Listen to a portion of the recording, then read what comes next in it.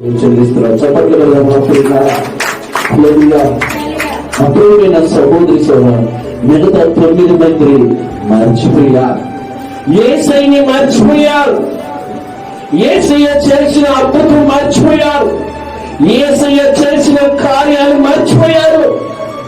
ఈరోజు ఎంతమంది మర్చిపోతున్నాం, ఎంతమంది విడిచిపెడుతున్నాం, ఎంతమంది దేవుడు భయం వల్ల మనం ఈ స్థితిలో ఉన్నామంటే దేవుడికి వందనాలు చెప్పాలి. దేవుడు దయ వల్ల మనం బ్రతుకున్నామంటే దేవుడికి వందనాలు చెప్పాలి. ఈరోజు ఒక్కసారి దేవుడు చేసిన మేలు మనం మర్చిపోతున్నామా? దేవుడు చేసిన కార్యాలు మనం మర్చిపోతున్నామా? దేవుడు చేసిన మన కుటుంబంలో అద్భుతాలు మనం మర్చిపోతున్నామా? ఒక్కసారి ఆలోచన చేయండి. ఎంతమంది 9 మంది దేవుడు మిగతా 9 మంది